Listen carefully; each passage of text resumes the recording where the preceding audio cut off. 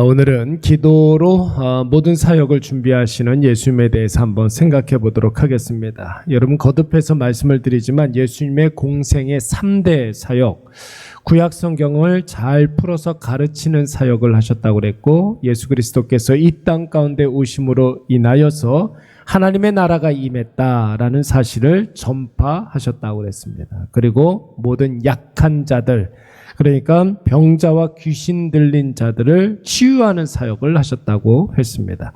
여러분, 이 세 가지 사역은 지금도 하고 계시는 줄로 믿습니다. 지금도 성령께서 하시는 일들이 가르치는 사역, 전파하는 사역, 치유하는 사역이라는 것이죠. 그러니까 여러분, 우리도 이 세 가지 사역에 여러분 우리의 사명을 다해야 될 줄로 믿습니다. 근데 여러분, 이 세 가지 사역에 공통점이 있지 않습니까? 그게 무엇입니까? 말씀에 대해서 갈급함이 있는 사람에게는 말씀으로 열광케 하시고, 하나님의 나라를 간절한 마음으로 기다리는 사람들에게는 천국이 임했다는 메시지에 열광케 하셨고, 병들고 정신적으로 문제가 있는 사람들에게는 모든 악한 것으로부터 자유케 되니 열광케 했다라는 거예요. 그래서 많은 사람들이 예수님을 통하여서 열광했다라는 것이죠. 여러분, 우리가 사람이 흔들릴 때가 종종 있지 않습니까? 한순간에 마음에 두려움이 이렇게 몰려오면 흔들릴 수가 있습니다. 주변 사람들이 자꾸만 이런 소리 저런 소리 하면 우리의 믿음이 흔들릴 때가 있고, 반대로 여러분, 주변 사람들이 박수 쳐주고 열광을 하면 그때 우리가 흔들릴 수가 있습니다. 우리가 어제까지 살펴봤지만 예수님께서 가버나움 회당에서 귀신 들린 자를 내쫓아 주셨습니다.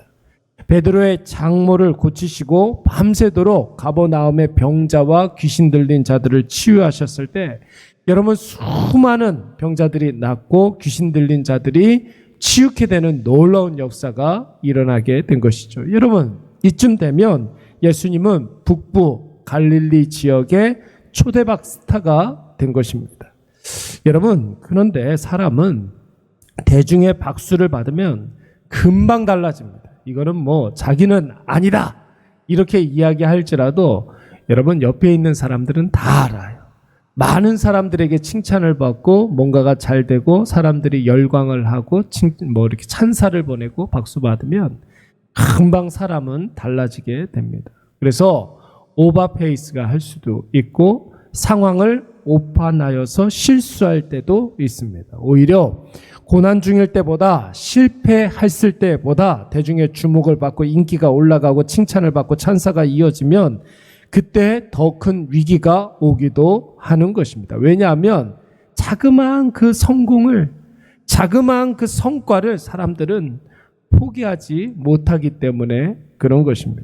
예수님도 공생의 사역을 본격적으로 시작하자 사람들이 예수님께 열광을 했고 예수님의 상황이 완전히 달라지게 되었습니다. 오늘 본문의 말씀에 보시면은 밤새도록 수많은 병자와 귀신 들린 자를 치유하신 예수님이 여러분 35절 말씀에 보시면 하던 일을 멈추고 아직 날이 밝기도 전에, 새벽 아직도 밝기 전에 그랬습니다. 여러분, 유대의 시간으로는 이 시간대를 세 번째 밤이라고 그랬어요. 세 번째 밤. 밤을 세 개로 나누게 되는데 세 번째 밤은 새벽 3시부터 새벽 6시까지를 의미하는 것입니다. 어디로 가셨다고 그랬습니까? 한적한 곳으로 가셨다 그랬습니다. 예수님이 특별한 한 장소를 지정해서 항상 그곳으로 가서 기도하는 장소도 있었지만 예수님이 있던 그 곳에서 기도할 만한 처소를 정하셨다는 의미가 있습니다. 여러분, 물론 요한복음 말씀에서는 그 한적한 곳을 감람원이다, 감람산이다 이렇게 명기하기도 했습니다. 그런데 적어도 오늘 본문의 말씀에서는 예수님이 기도할 수 있는 곳을 적극적으로 찾아서 그곳으로 나아가 기도했다라는 것을 의미하는 것입니다. 여러분, 여기에서 우리가 한 가지 큰 교훈을 얻을 수 있지 않겠습니까? 예수님은 상황이 좋든지 상황이 안 좋든지 흔들리지 아니하고 계속해서 구원 사역에 전념할 수 있었던 중요한 이유, 그것은 무엇입니까? 바로 기도였던 것입니다. 기도. 흔들리지 아니하고 초지일관할 수 있었던 그 이유, 사람들의 어떠함에 따라서 이랬다 저랬다 하는 것이 아니라 정말로 처음과 끝이 똑같게 어제나 오늘이나 동일하게 하나님의 그 구원 사역을 흔들림 없이 감당할 수 있었던 이유, 바로 기도였던 것입니다. 언제? 하루의 첫 시간을 어디에서? 하나님과 깊은 교제를 나눌 수 있는 곳에서. 여러분, 기도한다는 것은 어떤 의미가 있습니까? 여러 가지로 이야기할 수 있겠지만 우리의 삶의 방향을 하나님께 두고 있다라는 것을 의미하는 거예요. 첫 시간을 하나님께 드린다. 기도로 시작한다. 우리의 오늘의 방향을 하나님께 두고 있다. 내가 하나님 앞에서 살아간다. 그런 의미가 있는 것이죠. 내 뜻대로, 내 판단대로, 내 기분대로 살아가지 않겠습니다. 하나님이 원하시는 대로, 하나님의 뜻대로 살아가겠습니다. 여러분, 이런 의미가 있는 것입니다. 한번 보십시오. 삶의 방향이 딱 고정되어 있고 삶의 속도도 딱 고정되어 있기 때문에 바람이 불든 폭풍이 불든 날씨가 좋든 기온이 어떻든 같은 속도로 같은 방향으로 지속적으로 여러분 우리가 나아갈 수가 있는 것이죠. 이것이 바로 기도의 능력, 기도의 효력이라고 할 수가 있는 것입니다. 여러분, 그 대표적인 사람이 바로 구약의 야곱이라는 인물입니다. 야곱은 여러분 인생의 전형적인 연약함을 가지고 있는 인물이에요. 그래서 여러분 사람이 어떠함을 이야기할 때는 성경은 반드시 야곱을 그 예로 들게 됩니다. 욕심에 휘둘리기도 했습니다. 야곱은 살아생전 결핍으로 인해서 힘들 때도 있었습니다. 우리하고 똑같아요. 가족 문제로 골치 아팠고 어떻게 해서든지 생명을, 목숨을 부지하려고도 했습니다. 그런데 여러분, 그랬던 그가 여전히 오늘날 복받은 인생의 모델로 남아있는 이유가 무엇입니까?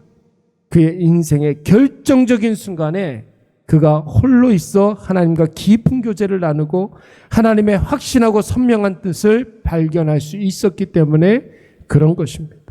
에서를 피해서 바단 아람으로 도망갈 때 그의 인생 첫 번째 광야를 만나게 됩니다. 베델이라는 광야에서 하나님을 만나지 않습니까? 그리고 여러분, 천사들이 오르락 내리락 하는 그 사닥다리 끝에, 저 끝에 서 계시는 하나님을 만나고 난 다음에 야곱은 자신의 인생의 방향을 딱 고정해 놨습니다. 절대로 흔들리지 않는 인생의 방향. 하나님은 나의 하나님이십니다. 내가 베고 잤던 이 돌이 하나님의 전이 될 것입니다. 내가 자고 일어나는 곳이 하나님의 전이 될 것입니다. 나는 절대로 하나님 앞에 11조를 거르지 않겠습니다. 이 세 가지를 결정한 것입니다. 여러분, 이 결정대로 살아가니까 하나님께서 가족의 축복, 물질의 축복, 건강의 축복, 생명의 축복도 허락해 주신 줄로 믿습니다. 그리고 나중에 여러분 가나안 땅으로 돌아왔을 때 에서를 만나야 하는 절체절명의 상황에서 여러분 야곱이 또 했던 일이 무엇입니까?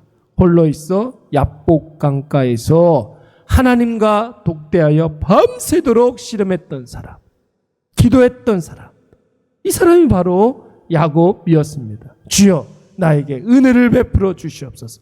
주님 나를 불쌍히 여겨 주시옵소서. 주님의 은혜 없으면 나는 한순간도 살아갈 수가 없습니다. 하나님을 향하여서 하나님께 더 가까이 나아갈 때 야곱 인생의 마지막까지 흔들림 없이, 여러분 야곱 우리가 어떻게 이야기했습니까? 히브리서 말씀해 보니까 하나님께 대해서는 예배했던 사람, 이웃에 대해서는 축복했던 사람, 이렇게 성경은 그를 평가하고 있는 것입니다. 사랑하는 여러분, 예수님의 공생애가 마귀와 사람과 세상에게 전혀 흔들림이 없었던 이유, 예수님의 모든 사역의 바탕에는 무엇이 있었습니까? 기도가 있었던 그 기도. 새벽 미명에 첫 시간을 하나님께 드림으로 내가 정해진 그 자리에서 하나님과 깊은 교제를 나누며 하나님과 깊은 교제가 있었기 때문에 예수님은 절대로 흔들리지 않았던 것입니다. 오늘 저와 여러분도 때때로 힘들고 고되고 어려운 일들이 있을 수가 있습니다. 반대로 사람들의 열광과 박수와 찬사와 칭찬을 받을 때도 있습니다. 여러분 때때로 무기력하게 무미건조한 삶을 살 수도 있습니다. 상황이 어떻든 간에 어떤 조건이든 간에 우리가 기도로 무장되어 있고 하나님을 향하여서 하나님께 더 가까이 나아가면 여러분 절대 흔들림이 없습니다. 사람 때문에 흔들리지 않아요. 주변 상황 때문에 흔들리지가 않아요. 여러분 이런 사람이 옆에 있다면 여러분 얼마나 안심이 되겠습니까? 이런 사람이 우리 인생에 몇 안 되는 동역자로 두게 된다면 여러분 그 인생은 정말로 성공하는 인생이라 할 수 있는 것입니다. 여러분 어떤 선동에도 큰 바위처럼 굳건하게 믿음 지킬 수 있고 사람의 말을 마음에 새기지 아니하고 세상의 유혹을 비웃으며 하나님만 바라보는 저와 여러분이 되시기를 바랍니다. 우리 평생에 기도가 인생의 첫 번째 단추가 되어야 하는 거예요. 하던 일을 멈추고 새벽 아직 밝기도 전에 한적한 곳 우리가 기도하기로 정해놓은 그 자리를 지키시기 바랍니다.